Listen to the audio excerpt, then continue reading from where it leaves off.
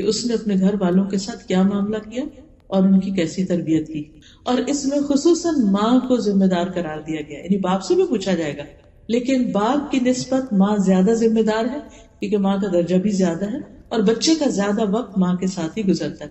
اللہ سبحانہ وتعالیٰ نے ماں کو بنایا ہی ایسے ہے کہ وہ نسل انسانی کی تخلیق اور تربیت اور پرورش کا کام بہترین طریقے سے کر سکے.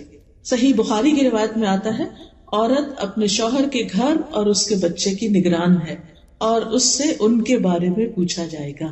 یعنی بعض اوقات ہسبینڈ وائف ایک دوسرے پہ ڈالتے رہتے ہیں, آپ ان کو سمجھائیں, آپ ان کو سمجھائیں, آپ ان کا خیال کریں, لیکن حقیقت یہ ہے کہ ہر ایک کا اپنا اپنا رول ہے اور اس میں ماں کی ذمہ داری زیادہ بتائی گئی ہے.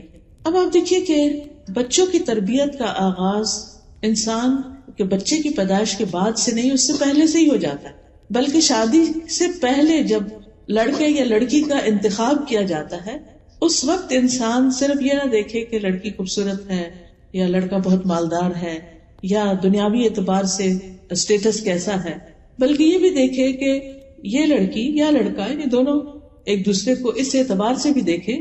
لڑکی یہ دیکھے کہ جس لڑکے کو میں پسند کر رہی ہوں یہ میرے بچوں کا باپ ہوگا تو یہ کیسا باپ ہوگا, اور لڑکا یہ بھی ضرور دیکھے کہ یہ لڑکی کل میرے بچوں کی ماں ہوگی تو یہ کیسی ماں ثابت ہوگی, کیا یہ ایک اچھی نسل کو پروان چڑھائے گی, کیونکہ جس لڑکی کو ہم اپنے گھر میں لا رہے ہیں اس کے اندر یہ کوالٹی تو ہونی چاہیے کہ وہ گھر بنانے والی ہو, اور گھر صرف ان دیواروں سے نہیں بنتا یا فرنیچر سے نہیں بنتا, گھر انسانوں سے بنتا ہے کہ انسانوں کی تربیت کیسی ہوگی.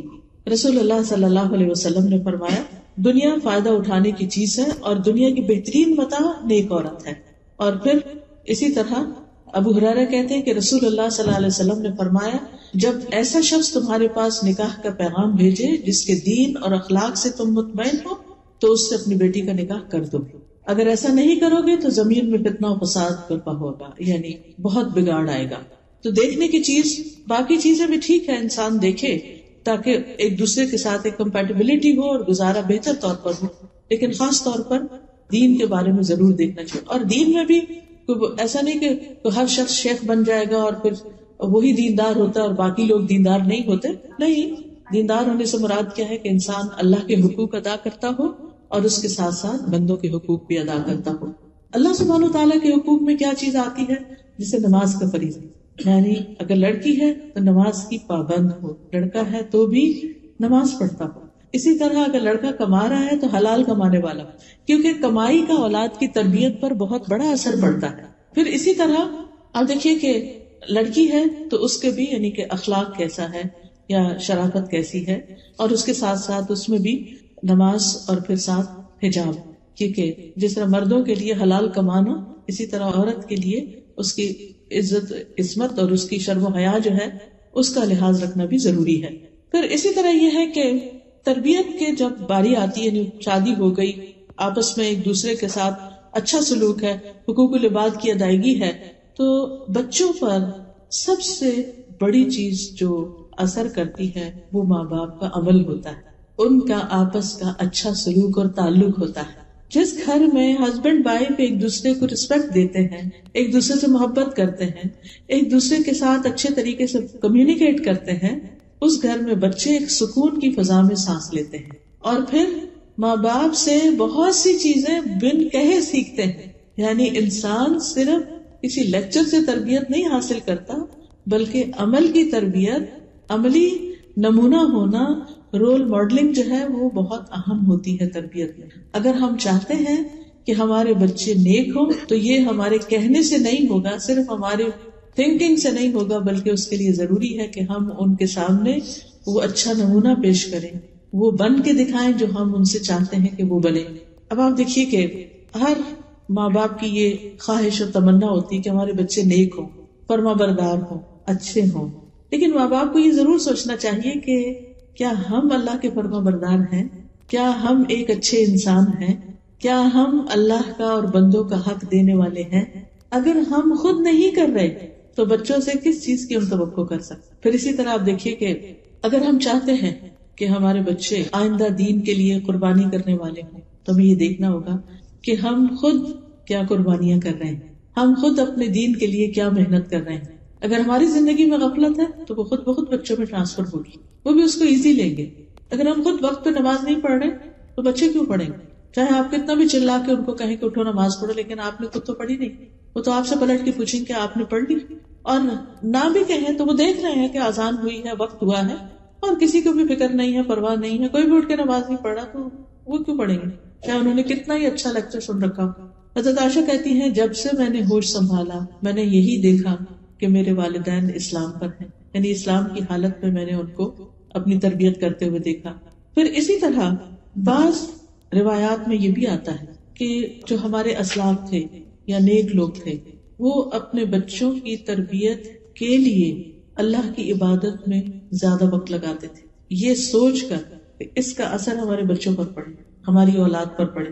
کسی نے کیا خوب کہا کہ جب بھی میں کسی سلجھے ہوئے نوجوان کو دیکھتا ہوں تو مجھے یقین ہو جاتا ہے کہ ضرور اس کا باپ صالح اور نیک آدمی تھا، جس کا عکس یا ریفلیکشن اس میں نظر آ رہا. کیونکہ قرآن مجید میں اللہ تعالیٰ فرماتے ہیں، سورۃ الکہف ہر جمعے کو پڑھی جاتی ہے، آج بھی آپ نے پڑھی ہوگی، کان ابوہما صالحا، وہ دو بچے جن کا خزانہ زمین میں دفن تھا اور اس کے اوپر دیوار تھی، جب وہ گر گئی تو خضر علیہ السلام نے اس کو بنایا، اور اس کی وجہ یہ بتائی کہ ان کا باپ نیک آدمی تھا، وہ فوت ہو گیا تو اللہ تعالیٰ یہ چاہتا تھا کہ ان بچوں کا خزانہ محفوظ رہے، اس لیے میں نے یہ دیوار بنا دی.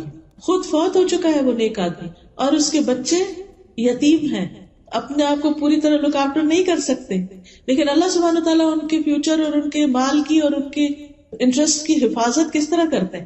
اس غیبی مدد کے ذریعے ان کی دیوار بنوا دی جاتی کہ جب یہ اپنی جوانی کو پہنچے تو پھر اس مال کو استعمال کر سکے.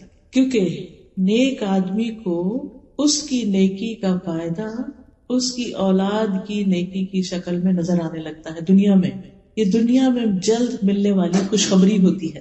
اسی طرح ایک مشہور سپیکر ہیں ڈاکٹر نبیل، وہ کہتے ہیں مجھے جب نوافل کی ادائیگی میں سستی اور کاہلی ہونے لگتی ہے تو مجھے میرے بیٹے اور دنیا کی پریشانیاں یاد آتی کہ کہیں نفلوں کی ادائیگی میں میری سستی اور کاہلی میری اولاد کی پریشانیوں کا سبب نہ بن جائے. کیونکہ انسان جب نفل پڑھتا ہے، تہجد پڑھتا ہے، تو پھر اپنی اولاد کے لیے دعائیں کرتا ہے، اور اگر کوئی نماز ہی نہیں پڑھتا یا تہجد ہی نہیں پڑھتا تو دعا کس وقت کرے گا؟ وہ تو دعا کرتے ہوئے بھی شرمائے گا.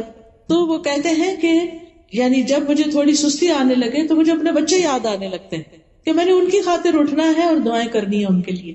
تو یہ چیز ان کو عبادت میں اور زیادہ آگے بڑھاتی. اور ایک جنرل اصول کے طور پر آپ دیکھیے، ایک کامن سینس کی بات ہے کہ اگر ہم اللہ کی اطاعت نہیں کرتے، فرما برداری نہیں کرتے، ہم اللہ کے اوبیڈینٹ نہیں ہیں، تو ہم کیسے توقع کر سکتے ہیں کہ ہمارے بچے ہمارے اوبیڈینٹ ہو جائیں؟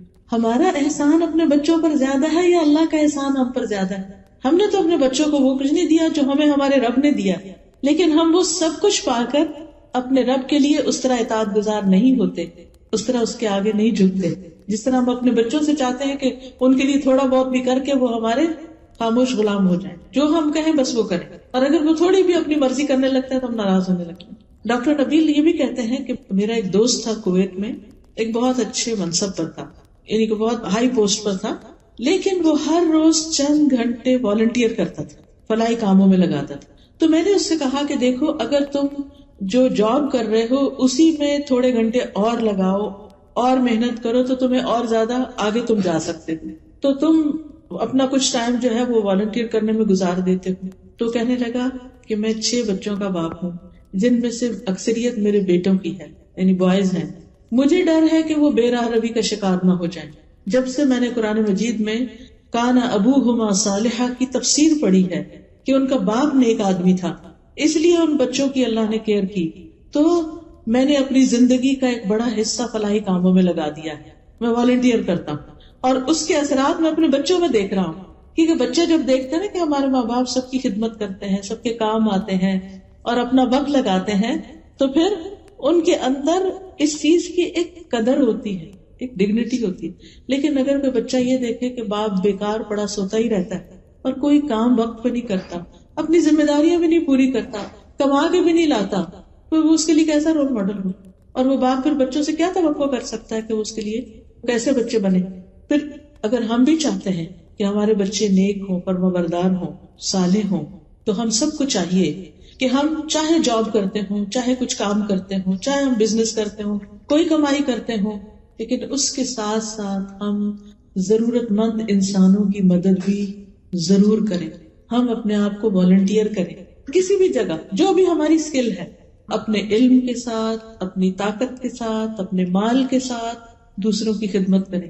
حدیث میں آتا ہے اللہ اس بندے کی اس وقت تک مدد کرتا ہے جب تک بندہ کسی دوسرے بندے کی، اپنے بھائی کی مدد میں ہوتا ہے. آپ دوسروں کی مدد کر رہے ہیں، آپ دوسروں کی خدمت میں لگے، اللہ آپ کی مدد کرے گا اس چیز میں جہاں آپ ضرورت مند ہیں.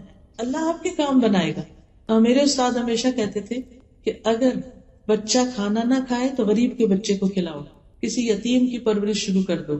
اگر تمہارا بچہ نہیں پڑھتا تو کسی اور کے بچے کو پڑھاؤ. اس خدمت کے بدلے اللہ تمہارے بچے کو بھی اس راہ پہ لے آئے گا. یعنی جس چیز کی اپنے گھر میں کمی دیکھتے ہو وہ دوسروں کو دے کر حاصل کرو. آپ دیکھیے کہ کتنا بڑا وعدہ ہے کہ اللہ اس بندے کی مدد میں ہے، اللہ اس کی مدد کرے گا. مانا کہ اللہ اس کی مدد کرے گا جو کسی کی مدد کرتا ہے، جو دوسروں کی مدد میں لگا رہتا ہے. تو کبھی یہ نہ سوچا کرے اوہ اتنے گھنٹے میرے باہر لگ گئے، اتنے گھنٹے مجھے کیا ملا. خاص طور پر اس معاشرے میں جب کہ ہر گھنٹے کی ایک قیمت ہے. آپ اپنی سروسز دیتے ہیں تو آپ کو اس کے بدلے میں مال مل جاتا ہے. ٹھیک ہے، کچھ پیسے ہمارے ہاتھ میں آتے ہیں، ہمیں خوشی ہوتی ہے، ہر انسان کو خوشی ہوتی ہے کیونکہ انسان کے اندر مال کی محبت اللہ نے رکھ دی ہے. یہ کبھی بھی نہیں ہوا کہ آپ کو کوئی مالی فائدہ حاصل ہو اور آپ میں میرا تو کوئی دل ہی نہیں کہ مجھے کوئی فائدہ ہے. ہمارے پیرنٹس ہمیں دیں، ہم ہسبینڈ دیں، ہم خود کمائیں، کچھ بھی ہو ہمیں ہمیشہ اچھا لگتا ہے. اور پھر آپ دیکھیے کہ اس مال کی اپنی ایک ویلیو اور اس سے ایک خوشی ملتی ہے. لیکن جب آپ کسی کے کام آتے ہیں اور وہ آپ کو دعا دیتا ہے اس وقت کیسی خوشی ہوتی ہے. کسی کی خدمت کر کے، کسی کی مدد کر کے، کسی کے کام آ کے، ہاں ہم تھک ہی جائیں لیکن اس کے بدلے میں جو ہمیں راحت اور خوشی نصیب ہوتی ہے، اور پھر اس وعدے کا یقین کہ میں نے دوسروں کی مدد کی، اللہ میری مدد کرے گا. تو آپ اپنے بہت سے بوجھ اور پریشانیاں اپنے اوپر سے ہٹا دیتے ہیں، اپنے امور اللہ کے سپرد کر دیتے ہیں. یہ کیسے ہو سکتا ہے کہ میں خالص اس کی رضا کے لیے اس کے بندوں کی خدمت کروں اور وہ میری مدد نہ کرے؟ وہ ضرور کرے گا. پھر اسی طرح عبداللہ بن مسعود کے بارے میں آتا ہے کہ وہ رات کو جب نوافل ادا کر رہے ہوتے تھے، تہجد پڑھ رہے ہوتے تھے، تو سامنے اپنے بچے کو سویا دیکھ کر کہا کرتے تھے من اجلک یا بنیا، تیری خاطر اے میرے بچے. یا بنیا کا مطلب کیا ہے؟ اے میرے بچے، تیرے روشن مستقبل کی خاطر، تیرے برائٹ فیوچر کی خاطر میں اپنی نماز میں اضافہ کر لیتا ہوں. ابن مسیب ایک تابعی ہے، سعید ابن مسیب، کہتے ہیں اے میرے بیٹے، میں تمہاری وجہ سے نماز کو لمبا کرتا ہوں اس امید پہ کہ تمہارے بارے میں میری حفاظت کی جائے گی، یعنی تمہارے بارے میں مجھ سے جو سوال کیا جائے گا قیامت کے دن اس کے بارے میں مجھے پکڑ نہیں ہوگی. اور پھر اسی آیت کی تلاوت کی وَكَانَ أَبُوهُمَا صَالِحًا. اسی طرح ایک آدمی کا طریقہ یہ تھا کہ جب بھی اس کا کوئی بچہ اخلاقی طور پہ بگڑ جاتا، کوئی ضد کرتا، کوئی بدتمیزی کرتا، تو وہ صدقہ کرتا اور کھانا کھلاتا. یہ دو کام کرتا، صدقہ کرتا، کھانا کھلاتا. کیوں؟ کیونکہ قرآن مجید کی آیت میں آتا ہے خذ من اموالہم صدقۃ تطہرہم وتزکیہم بہا، ان کے مالوں سے صدقہ لے کر اس کے ساتھ انہیں پاک کرے گا اور انہیں صاف کرے گا. یعنی تم انہیں پاک کرو گے، صاف کرو گے ان کے مالوں میں سے صدقہ لے کے. تو گویا مال میں سے صدقہ نکالنا اور اسی طرح خاص طور پر کھانا کھلانا یہ کس نیکی میں سے ہے کہ جس کی وجہ سے انسان کا اپنا بھی تزکیہ ہوتا ہے اور اولاد بھی سدھرتی ہے، نیک بنتی ہے.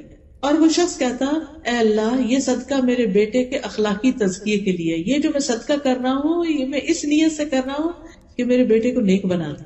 پس بے شک یہ اخلاقی بے رہروی میرے لیے اس کی بیماری سے زیادہ شدید ہے. یعنی بچہ بیمار ہو فزیکلی وہ کم درجے کی مصیبت ہے، لیکن اگر وہ بگڑ جائے اور بے راہ ہو جائے تو وہ بہت بڑی مصیبت ہے. پھر اسی طرح ایک اور آدمی کا واقعہ یہ ملتا ہے کہ اس کے پاس اتنا نہیں تھا جس سے وہ بہت زیادہ مالی صدقہ کر سکے، وہ بس اتنا ہی کماتا تھا جس سے اس کی اپنی گزران ہوتی تھی، اس کے پاس دینے کے لیے زیادہ نہیں ہوتا تھا. تو جب اس کا بیٹا اس کے ساتھ بدتمیزی کرتا یا اس کی بات نہیں مانتا تھا تو وہ رات کو قیام کرتے ہوئے سورۃ البقرہ پڑھتا تھا، یعنی رات کے تہجد میں سورۃ البقرہ پڑھتا اور کہتا اے اللہ یہ میرا صدقہ ہے، میرے پاس مال نہیں ہے لیکن یہ میرا صدقہ ہے، اسے تو میرے لیے قبول کر لے، یعنی مجھ سے قبول کر لے اور میرے لیے اس بیٹے کی اصلاح کر دے. تو کیونکہ نیک اعمال جو ہوتے ہیں یہ وسیلہ بنتے ہیں دعاؤں کی قبولیت کا. ہم نیک لوگوں کو وسیلہ بناتے ہیں، ان کی نیکی تو ان کے ساتھ ہے، ہمیں جس وسیلے کا حکم دیا گیا وہ نیک اعمال ہیں، کہ ہم صدقہ کریں، نماز پڑھیں، دعا کریں اور اس سے اللہ سے مدد مانگیں. اسی طرح ہمیں یہ یاد رکھنا چاہیے کہ ہم اپنے بچوں کی اصلاح کس طرح کریں، اس نیت کے ساتھ اللہ کی عبادت کر کے کہ یہ بچے سدھر جائیں. اور یاد رکھیں کہ ہمارے ہاتھ میں کوئی طاقت نہیں کہ ہم اپنے بچوں کو نیک بنا سکیں جب تک اللہ کی مدد نہ ہو. وہی مدد کرنے والا ہے. پھر اسی طرح اللہ کا تقوی اختیار کرنا، اللہ سے ڈرنا.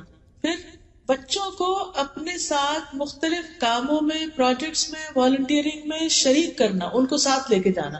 مثلا ہر جمعے کو آپ جو ابھی آپ کے قریب مسجد ہے اس کی صفائی اپنے ذمہ لے سکتے ہیں کہ نمازیوں کے آنے سے پہلے میں ہال کی صفائی کروں. آپ کیا کر سکتے ہیں کہ اپنے بچے کو تھرسڈے نائٹ ساتھ لے جائیں. خود اکیلے نہیں جائیں، ہسبینڈ وائف، بچے کو ساتھ لے کے جائیں کہ چلے اللہ کا گھر صاف کرتے ہیں. اور پھر ایک ایک کونے خدرے کو صاف کریں، کہیں کوئی داغ دھبا ہے اس کو مٹائیں، اس کو خوشبودار کریں، صفیں لگائیں. جو بھی ایک مسجد کی خوبصورتی اور بیوٹیفیکیشن ہو سکے، مسجد اللہ کا گھر ہو. ہم اپنے گھروں کو کتنا سجاتے ہیں، اور جب ہمارے مہمان آ رہے ہوں تو ہم کیئر کرتے ہیں اور بھی سجاتے ہیں، صاف ستھرا کرتے ہیں، عام روٹین سے زیادہ کرتے ہیں. تو جمعے کے دن اللہ کے مہمان آتے ہیں. ویسے تو 5 نمازیں، لیکن آپ کو پتا ہے ہمارے یہاں 5 نمازیں کہاں اتنی فل مسجد ہوتی ہے. لیکن جمعے کے دن اتنے لوگ ہوتے ہیں کہ بعض اوقات صحیح اگر ارینجمنٹ نہ ہو تو لوگوں کو صحیح جگہ بھی نہیں ملتی. لیکن وہ صفائی کیوں نہیں ہو پاتی مسجدوں کی، وہ ایک چیئرفل ماحول کیوں نہیں ہوتا بعض اوقات؟ صرف اس لیے نہیں ہوتا کہ ان کے پاس والنٹیئر نہیں ہوتے. تو آپ ان سے بات کر کے کہ آپ مجھے یہ خدمت دیتے. آپ کو معلوم ہے کہ الحمدللہ جیسے الہدا میں ویکینڈ میں کلاس ہوتی ہے، ابھی نئی سورۃ البقرہ شروع ہوئی ہے، اور ماشاءاللہ اس میں 400-500 لوگ ہیں، اور ہر ہفتے ان کے لیے بینچز لگانا اور چیئرز لگانا اور ہال کی سیٹنگ ٹھیک ٹھاک کام ہے. آپ کو معلوم ہے کہ کچھ سسٹرز ہیں، 2 سسٹرز، وہ پچھلے 5 سال یہ خدمت کرتی رہی ہیں. میں نے آج تک نہیں دیکھا ان کو کہ وہ کون ہے. مجھے ریسنٹلی بتایا گیا کہ وہ ارلی مارننگ آتی ہیں کلاس سے پہلے اور آ کر سارے بینچز لگاتی ہیں خاموشی. ان کے بچے بھی ساتھ ہوتے ہیں. وہ بغیر ناشتے کے نماز پڑھتے ہی بس گھر سے نکل آتے ہیں، کیونکہ اتنے سارے بینچز کہاں سے نکال کے وہ پورے ہال میں لگانے ہیں اور پھر ساری سیٹنگ کرنی ہے. اور پھر جب ساری سیٹنگ ہو جاتی ہے تو پھر کلاس سے پہلے بچوں کے ٹم ہارٹن پہ لے جا کے ان کو تھوڑا کھلا پلا کے پھر واپس آ کے کلاس اٹینڈ. یہ والنٹیئرنگ ہے. اور وہ بچے مسلسل دیکھ رہے ہیں کہ ہر ہفتے ہماری ماں اور ان کی دوست مل کے مسجد ٹھیک کرتے ہیں. کیا ماں کی یہ نیکی بچوں میں ٹرانسفر نہیں ہوگی؟ کیا انہیں یہ طریقہ نہیں آئے گا؟ آپ بھی کہیں نہ کہیں کوئی اسلامک سینٹر ہو، کوئی جگہ، اس کو اپنا سمجھیں اور اس میں والنٹیئر کریں. آپ کو معلوم ہے کہ اوور آل جو ہے عموماً مساجد کے ریسورسز اتنے زیادہ نہیں ہوتے کہ ہر چیز پروفیشنل طریقے سے کرا سکتے، لیکن کچھ لوگ ہوتے ہیں کہ وہ یہ کام کر سکتے ہیں. مجھے اچھی طرح یاد ہے جب میری بیٹی کا رشتہ ہونا تھا، تو جب رشتہ آیا چھوٹی بیٹی کا، تو میں نے پتا کیا کہ لڑکا کیا کیا کرتا ہے، اس کی کیا عادات ہیں، کیا کیا اس کے کام ہیں.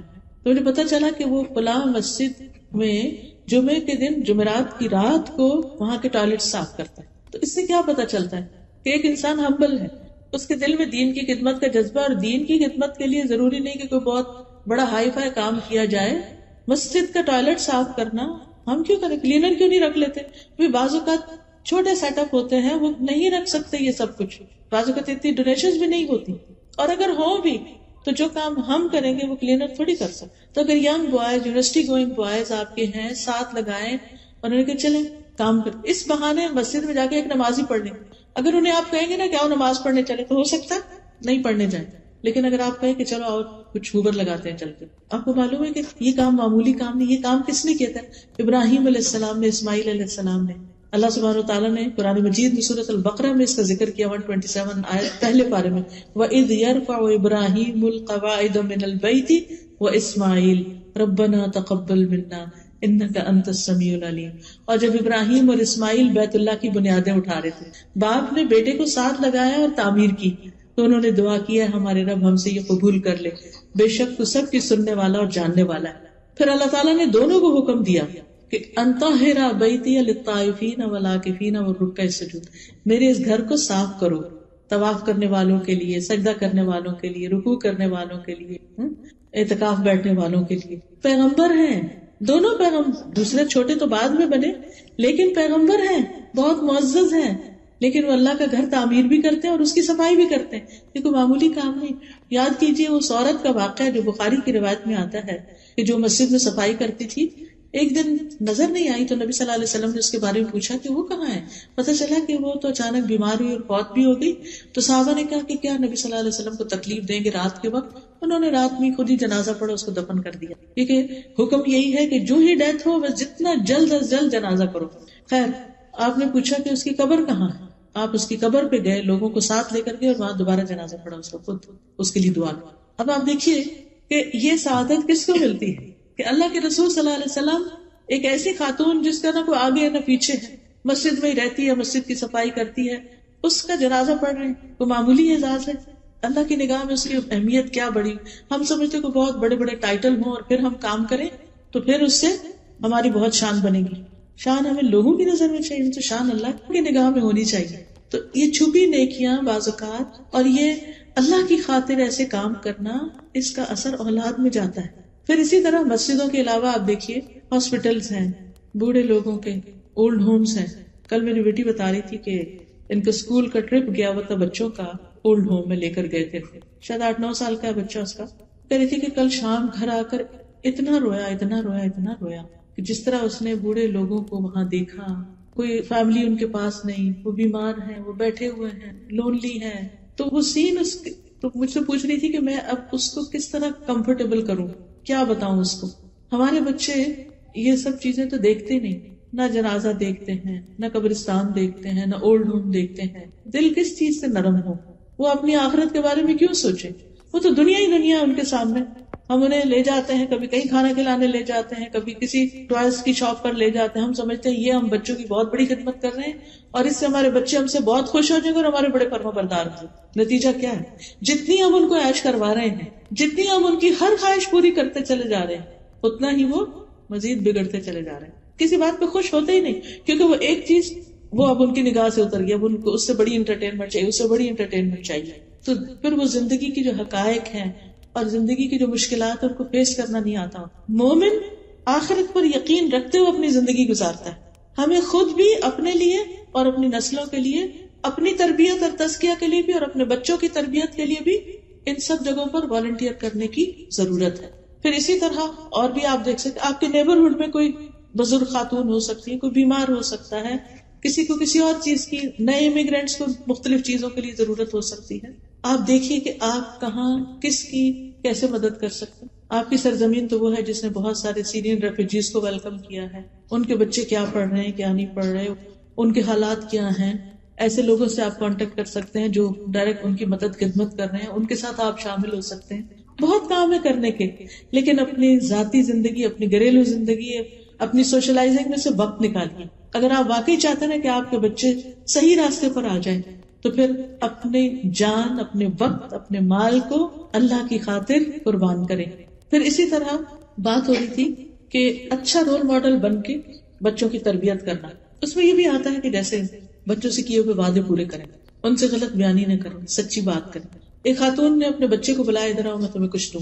تو آپ نے اس سے پوچھا کہ تم کیا دینے والی ہو؟ انہوں نے کہا کہ میں اس کو کچھ میٹھی چیز دوں گی, کھجور دوں گی. تو آپ نے فرمایا اگر تم اسے کچھ نہ دیتی تو تمہارے اوپر جھوٹ کا گناہ لکھا جاتا ہے. کبھی بھی بچوں سے جھوٹ نہ بولو, ان کا اعتماد چلا جائے. زندگی پر کسی پہ بھی ٹرسٹ نہیں کرتے, کیونکہ ماں ایسی چیز ہوتی ہے نا کہ جس پر انسان آنکھیں بند کر کے ٹرسٹ کرتا ہے. لیکن اگر یہ انسان کو احساس ہو جائے نا کہ ماں دھوکہ دیتی ہے, ماں ڈرامہ کرتی. پچھلے دنوں کسی خاتون کی بات مجھ سے ہوئی تو بہت پریشان تھی. کہتی بچے نے گھر چھوڑ دیا, کہیں اور جا کے رہتا ہے. اور میں نے اس سے بہت کہا ہے کہ تم ایسا نہیں کرو, لیکن وہ نہیں مانتا.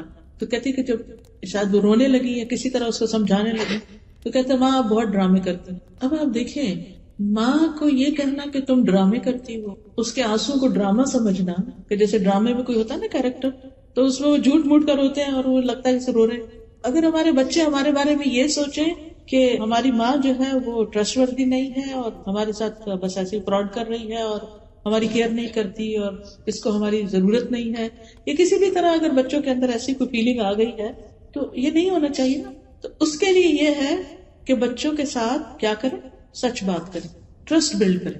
کسی بھی کامیاب ریلیشن شپ کے لیے بہت ضروری ہوتا ہے کہ ایک دوسرے پر اعتماد کیا جائے, ٹرسٹ کیا جائے. کیونکہ جہاں ٹرسٹ نہیں ہوتا نا وہاں پھر اتفاق نہیں ہوتا, محبت نہیں ہوتی, پھر وہ بات نہیں سنتے. اس کے علاوہ بچوں کو فارمل اسلام کی ایجوکیشن بھی دینی چاہیے. دنیا کی تعلیم تو لے رہے ہیں اگر اسکول میں جاتے ہیں تو آپ دیکھیں دن کا ایک بڑا حصہ اسکول میں گزار کے آتے ہیں. لیکن اگر وہ گھر پہ ہیں اور آفٹرنون میں آپ خود ان کو سکھا سکتے ہیں یا کسی مسجد میں یا کہیں بھی ان کو بھیج سکتے ہیں تو دین کی باقاعدہ تعلیم دیں. دیکھیے کہ ہم میں سے اکثریت نے اس ماحول میں آنکھ کھولی ہے جہاں ہمارے کانوں میں اذانوں کی آوازیں بھی پڑتی تھی, آس پاس مسجدیں بھی تھی, گھروں میں نمازیں بھی پڑھی جاتی تھی, بہت کچھ دیکھ دیکھ کے ہم سیکھ گئے اسلام کے بارے میں. لیکن ہمارے بچوں کو بہت کچھ سکھانے کی ضرورت ہے, تب وہ ان کو پتا چلے گا کہ یہ دین ہے, یہ اسلام ہے. تو اس میں آپ دیکھیے کہ حضرت لقمان نے اپنے بیٹے کو جو سب سے پہلی چیز سکھائی تھی وہ کیا تھی؟ یا بنی لا تشرک باللہ ان الشرک لظلم عظیم. سب سے پہلی چیز یہ کہ بچوں کا عقیدہ درست کریں, ان کو توحید سکھائیں, ون اللہ سبحانہ وتعالی. کیونکہ اگر وہ توحید پر ہے نا تو کوئی اسے غلطی کوتاہی ہو بھی گئی تو اللہ تعالیٰ معاف کر دے گا. لیکن اگر شرک میں انہوں نے زندگی بسر کی تو شرک تو بہت بڑا ظلم ہے, شرک کا گناہ کبھی معاف نہیں ہوگا جب تک کہ اس سے توبہ نہ کر لے. تو لا الہ الا اللہ کا معنی سکھانا بہت ضروری. وہ کیسے؟ عبداللہ بن عباس کہتے ہیں کہ ایک دن میں نبی صلی اللہ علیہ وسلم کے پیچھے سوار تھا تو آپ نے فرمایا, اے لڑکے میں تجھے چند کلمات سکھا رہا ہوں, اللہ کے احکام کی حفاظت کرو, اللہ تمہاری حفاظت کرے گا. اللہ کی حفاظت کرو یعنی اللہ کے احکامات کی, تم اسے اپنے سامنے پاؤ گے. جب مانگو اللہ سے مانگو, یہ ہے توحید کہ جب مانگو اللہ سے مانگو. اس لیے بچوں کو کوئی بھی چیز ضرورت ہو تو آپ اسے کہ اچھا اللہ سے دعا کرو اور پھر آپ اس کو ہیلپ کریں, لیکن اسے اپنے سے نہیں جوڑیں, اللہ سے جوڑیں. پھر جب مدد چاہو اللہ سے مدد مانگو, امتحان میں مدد چاہیے, بزنس میں, جاب میں, کسی بھی چیز میں اللہ سے مدد مانگو. جان رکھو اگر ساری دنیا مل کر تمہیں کوئی نفع پہنچانا چاہے تو تمہیں کچھ نفع نہیں دے سکتی, کچھ فائدہ نہیں دے سکتی سوائے اس کے جو اللہ نے تمہارے لیے لکھ دیا. اور اگر سارے مل کر تمہیں کوئی نقصان دینا چاہے تو تمہیں کچھ نقصان نہیں دے سکتے سوائے اس کے جو اللہ نے لکھ دیا. قلم اٹھا لیے گئے, صحیح پہ خشک ہو گئے. تو اس سے کیا پتا چلتا ہے کہ بچوں کو بچپن سے ہی بتا دینا چاہیے کہ اصل فائدہ اور نقصان اللہ کے ہاتھ میں, کوئی تمہارا کچھ نہیں بگاڑ سکتا, تاکہ ان کے اندر ایک بہادری ہو. اور پھر یہ سکھاؤ کہ جو کچھ چاہیے اللہ کی طرف رجوع کرو. یہ ہے توحید. آپ کو معلوم ہے کہ حضرت یعقوب علیہ السلام کی جب وفات ہوئی تو وفات سے پہلے وہ اپنے بچوں کو جو وصیت کر رہے تھے اس کے بارے میں قرآن میں آتا ہے, ام کنتم شہداء اذ حضر یعقوب الموت اذ قال لبنیہ ما تعبدون من بعدی قالوا نعبد الہک و الہ آبائک ابراہیم و اسماعیل و اسحاق الہ واحدا ونحن لہ مسلمون. کیا تم موجود تھے اس وقت جب یعقوب کو موت آئی, جب اس نے اپنے بیٹوں سے کہا میرے بعد کس کی عبادت کرو گے؟ پیغمبر ہے اللہ کے یعقوب علیہ السلام, جن کے بیٹے یوسف علیہ السلام بھی, اور باقی بھائی تو آپ کو معلوم ہے وہ قصہ. تو ان کو وہ جوان بیٹے تھے, بڑے تھے, سمجھدار تھے, ان کو کہہ رہے ہیں کہ میرے بعد تم کس کی عبادت کرو گے یہ بتاؤ, حالانکہ وہ اسلام پر تھے.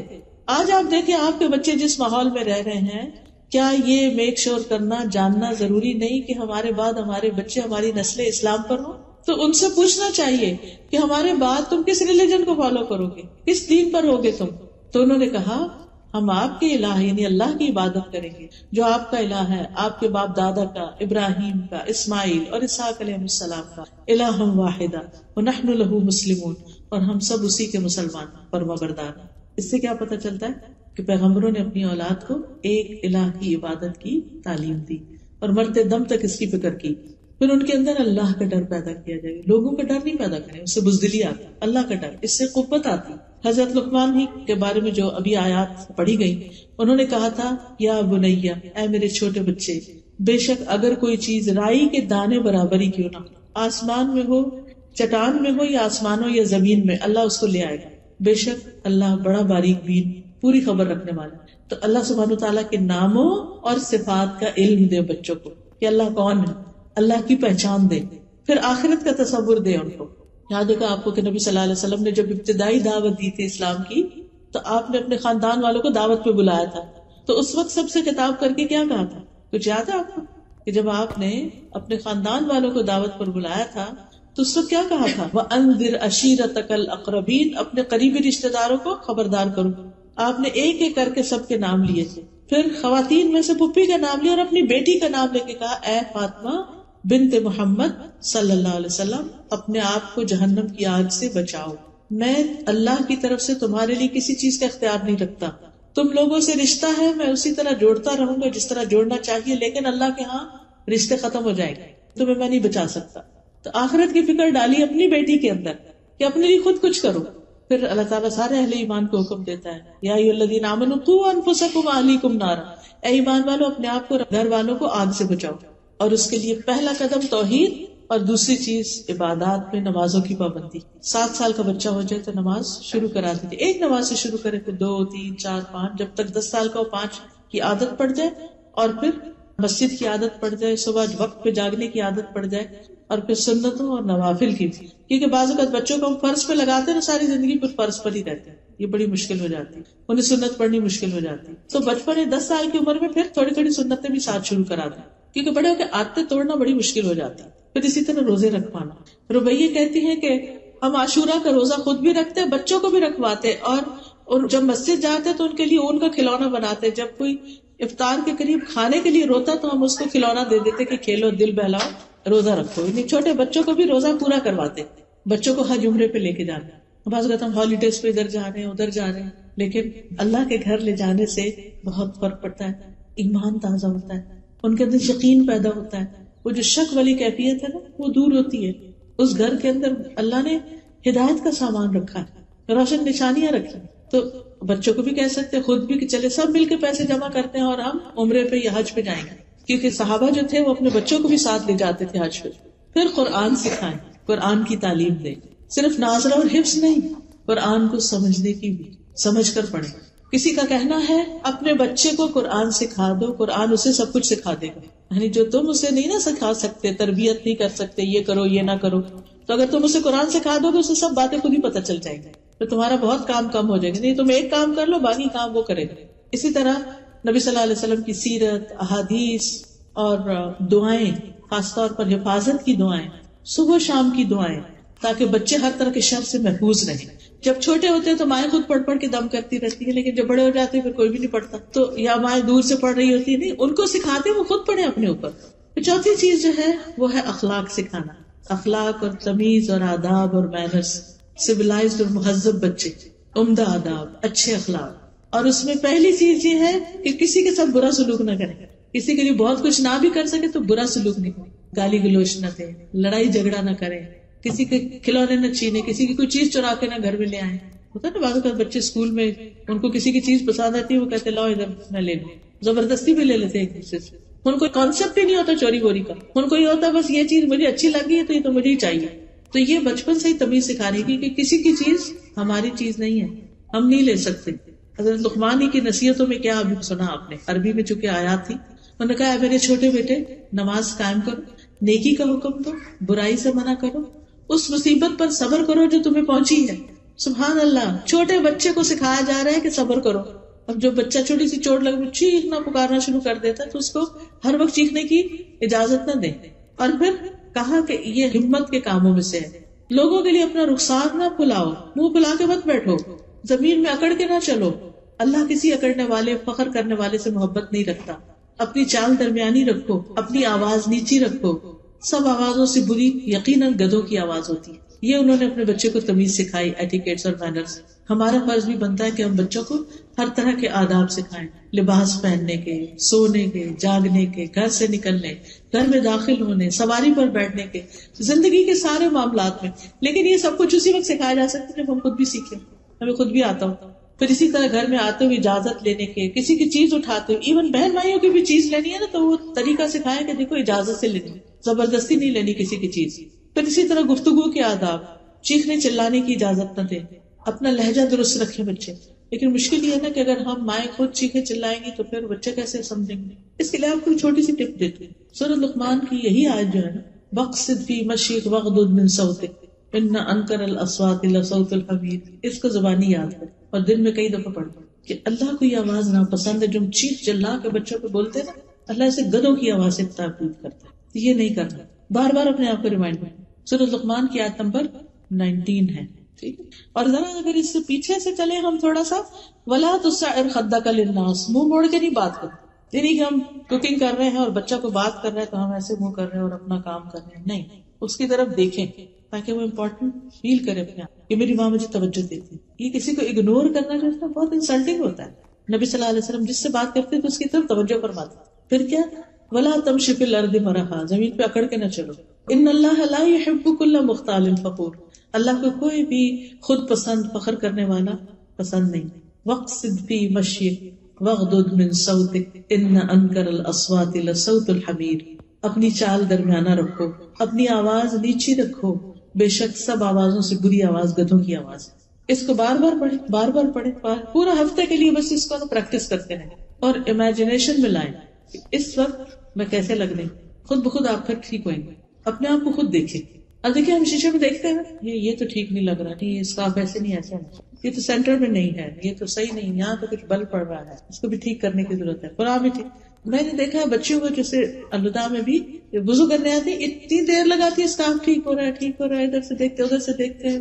ٹھیک ہے ان کی عمر ہے، میں سمجھتی ہوں سب سے امپورٹنٹ چیز ان کے لیے اسکارف ٹھیک کرنا.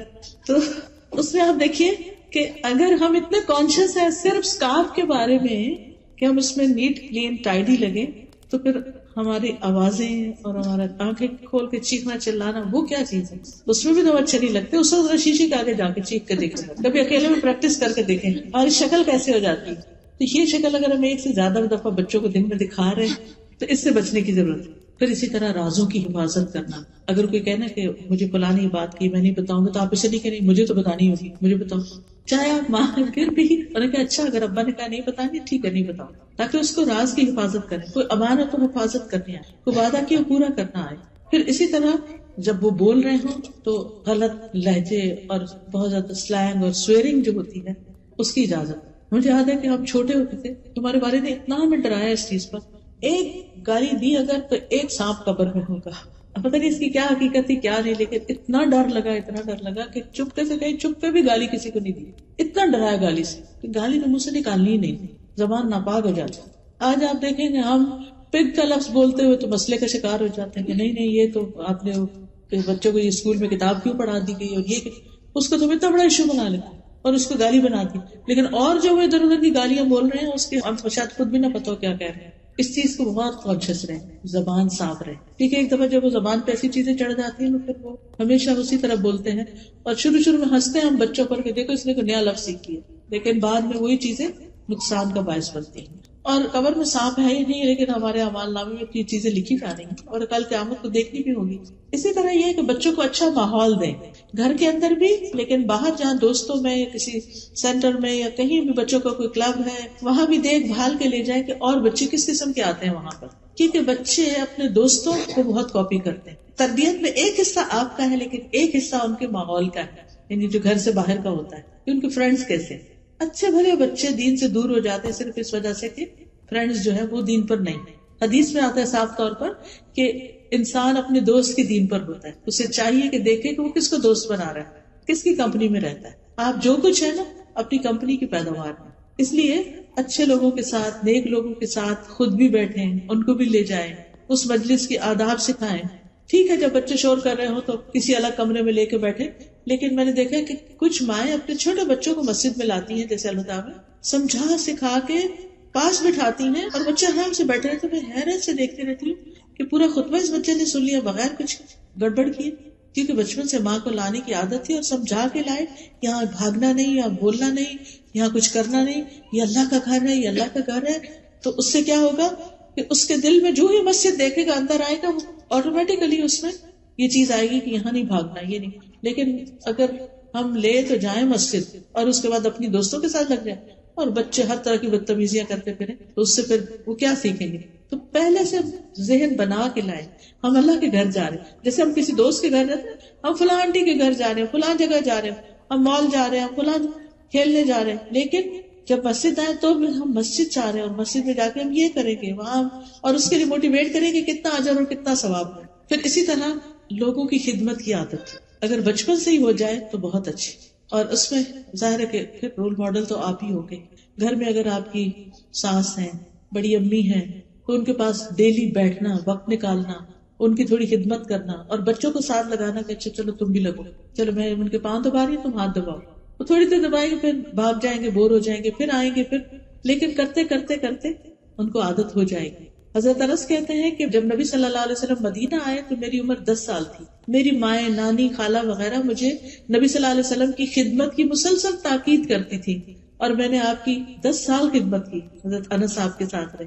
تو کس نے سکھایا تھا کہ نبی صلی اللہ علیہ وسلم کی خدمت کرنا؟ ماں نے سکھایا تھا. اور وہ کہتے ہیں کہ جب آپ کی وفات ہوئی تو میں 20 سال کا تھا، اور یعنی بہت سے احکامات انہوں نے صرف دیکھ دیکھ کے گھروں میں سیکھے تھے. پھر اسی طرح اگر ممکن ہو تو بچوں کو کسی اسکالر یا کسی ایسے شخص کی کمپنی میں دے کہ جو ان کو بہت سی اور چیزیں بھی ساتھ رکھ کے سکھا سکے. یا اگر دنیا کی تعلیم تربیت بھی دینی ہے تو اس میں آپ دیکھیے کہ جیسے اگر کھانا پکانا ہے یا اور گھر کے کام ہیں، اگر آپ خود سکھا سکتے ہیں، یا بعض اوقات آپ کی کوئی بہن یا بانجی یا کوئی اور، تو ان کے ساتھ تھوڑی دیر انہیں چھوڑیں، ان سے بھی سیکھیں چیزیں. اس سے تھوڑا ان کو ویرائٹی بھی مل جاتی ہے اور ڈفرینٹ لوگوں سے ڈفرینٹ چیزیں بھی وہ سیکھ سکتے ہیں. تو باصلاحیت لوگوں کی نگرانی میں بچوں کو دینا، ان کی کمپنی دینا. بچوں کو ہر وقت صرف بچوں میں نہیں رہنا چاہیے، یہ یاد رکھیے، کیونکہ جو بچے ہر وقت بچوں میں رہتے ہیں وہ کبھی بڑے نہیں ہو پاتے.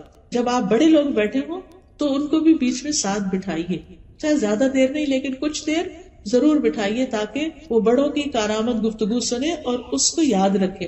آپ کو معلوم ہے کہ حضرت انس جو تھے وہ چھوٹے تھے لیکن کتنی باتیں انہوں نے نوٹ کی.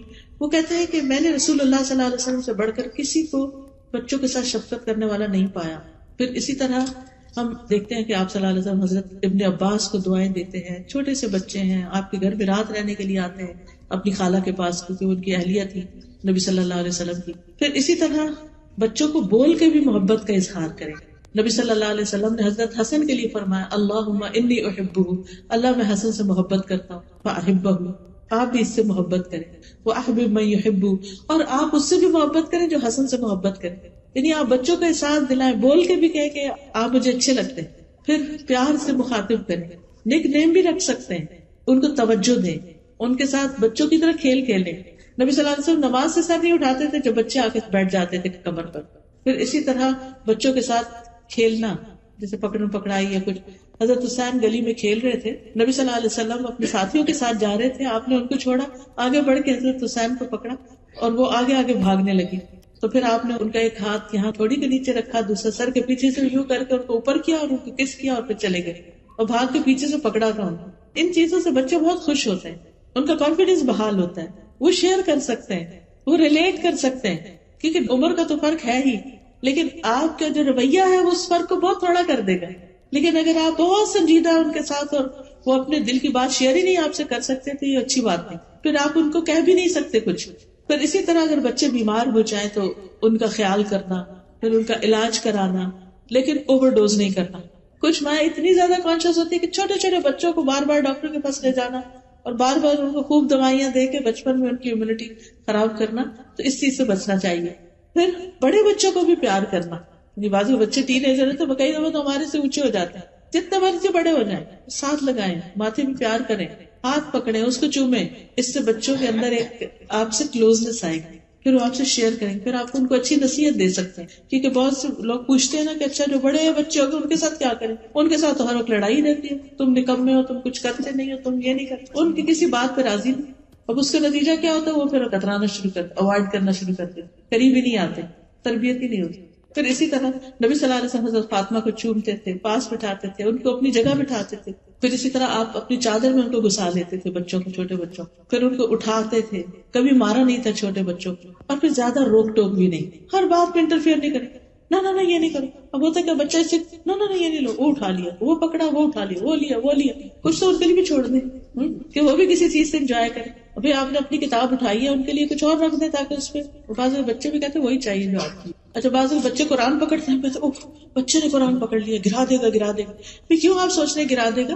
آپ نیچے ہاتھ رکھ لیں اگر چھوٹا بچہ ہے، یا کسی بھی طرح نظر رکھیں، اور اگر بچہ آگے پیچھے کرے پھر خود قرآن لے کے چومے، اس کو سینے سے لگایا کہ اللہ کی کتاب ہے، نیچے نہیں رکھنا، تو نیکسٹ ٹائم کیئر کرے گا. لیکن یہ تو نہیں کہ بچہ قرآن کو ہاتھ ہی نہ لگانے دیں، اور جب وہ بچہ بڑا ہوگا اور آپ کہیں گے یہ لو قرآن، تو وہ کہے گا اب میں ہاتھ نہیں لگاتا اس، کیونکہ ہر دفعہ اس نے ہاتھ لگایا اور آپ نے کھینچ لیا اس سے، ہر دفعہ نماز پہ آپ پہ چڑھا اور آپ نے پیچھے کر دیا. وہ کیوں نماز اور قرآن سے محبت کرے گا؟ جن چیزوں کی دین میں رخصت ہے، اجازت ہے، اتنا تو ان کو کرنے دیں. اور پھر یہ آخری بات ہے کہ بچوں کے لیے خوب دعائیں کریں، کیونکہ صرف ہماری کوششیں کافی نہیں ہیں، دعائیں بہت ضروری ہیں. نبی صلی اللہ علیہ وسلم نے فرمایا 3 طرح کے لوگوں کی دعائیں قبول ہوتی ہیں: مظلوم کی دعا، مسافر کی دعا، اور والد کی اپنی اولاد کے لیے دعا. باپ بچوں کے لیے دعا کرے. آپ اپنے بارے میں کہتے تھے میں اپنے باپ ابراہیم کی دعا ہوں، انہوں نے دعا کی تھی نا کہ اللہ ایک پیغمبر بھیج اس میں سے اور جو ان پہ تلاوت کرے اور کتاب اور سنت حکمت کی تعلیم دے. تو آپ کو اس بات پر خوشی تھی کہ ابراہیم علیہ السلام نے میرے لیے دعا مانگی تو میں پیدا ہوا اور میں نبی بن کے آیا.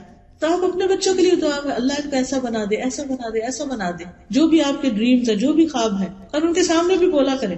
اور کبھی بچوں کو بد دعا نہ دیں، غصے میں آ کے بد دعا نہیں، کیونکہ ہوتا کیا اس سے اگر قبول ہو گئی تو کون روئے گا. اور نیک اولاد کے لیے دعائیں. صالح اولاد کی دعاؤں کا ایک چھوٹا سا کارڈ ہے، اگر وہ ہو تو انسان کسی وقت دن میں ایک دفعہ پڑھ لے بچوں کے لیے، جس میں ربی حب لی من الصالحین، ربی حب لی من لدنک ذریۃ طیبہ انک سمیع الدعاء، ربنا هب لنا من ازواجنا وذرياتنا قرۃ اعین واجعلنا للمتقین اماما، ربنا واجعلنا مسلمین لک ومن ذریتنا امة مسلمة لک وارنا مناسکنا وتب علینا انک انت التواب الرحیم. رب اوزعنی ان اشکر نعمتک التی انعمت علی وعلی والدی وان اعمل صالحا ترضاه واصلح لی فی ذریتی انی تبت الیک وانی من المسلمین. ہر روز معمول بنا لیں کہ صبح میں یا رات میں ایک دفعہ ماں باپ کے لیے، ہسبینڈ کے لیے، بچوں کے لیے ضرور دعا کرتے ہیں، کیونکہ ہماری خوشیاں ان کے گرد گھومتی ہیں. یہ نیک ہوں گے تو ہمیں خوشی ہوگی. پھر رب اجعلنی مقیم الصلاۃ ومن ذریتی ربنا وتقبل دعا. پھر وجنبنی وبنی ان نعبد الاصنام. اور پھر اللہم انی اعوذ بک من جہر السوء ومن زوج تشیبنی قبل المشیب ومن ولد یکون علی ربا. اے اللہ میں تیری پناہ طلب کرتا ہوں برے پڑوسی سے، ایسی بیوی سے جو مجھے بڑھاپے سے پہلے بوڑھا کر دے، یا ایسے شوہر سے، اور ایسی اولاد سے جو میرا آقا بن بیٹھے، یعنی اولاد ہماری ہمیں کنٹرول کرنا شروع کر دے، ایسے مال سے جو میرے لیے عذاب بنے، ایسے چال باز دوست سے جس کی آنکھیں مجھے دیکھ رہی اور جس کا دل میری نگرانی کرتا. اگر وہ کوئی نیکی کی بات دیکھے تو اسے دبا دے، اور اگر برائی دیکھے تو لوگوں پھیلا دے اسے.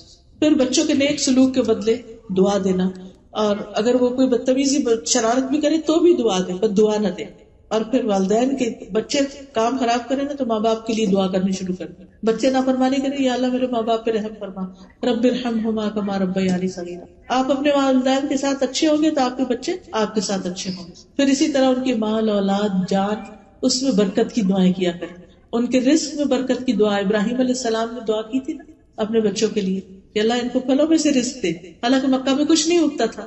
اور پھر جب دوبارہ گئے تھے حضرت اسماعیل کی شادی کے بعد تو انہوں نے پوچھا کہ کیا کھاتے ہو، تو انہوں نے کہا گوشت، پانی. تو انہوں نے کہا کہ اللہ ان کی گوشت اور پانی میں برکت نازل فرماتے. اپنے بچوں کو دعا دی ان کے رزق میں.